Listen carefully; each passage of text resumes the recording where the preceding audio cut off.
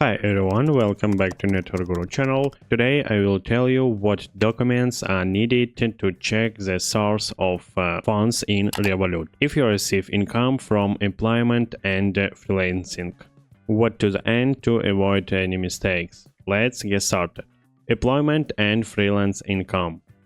Tax return statement or tax declaration.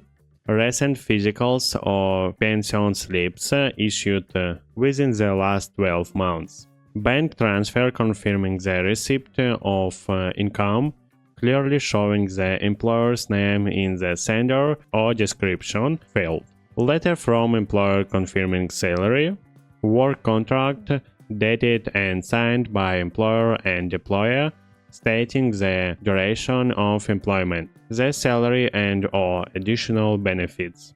Invoices dated within the last 12 months, clearly showing your full name, address and VAT number. And contracts for service provided as a freelancer, dated and signed by both parties, stating the duration of the agreement, payment terms and or additional benefits. And that's it. If this video is helpful for you, don't forget to hit the like button and subscribe. Bye.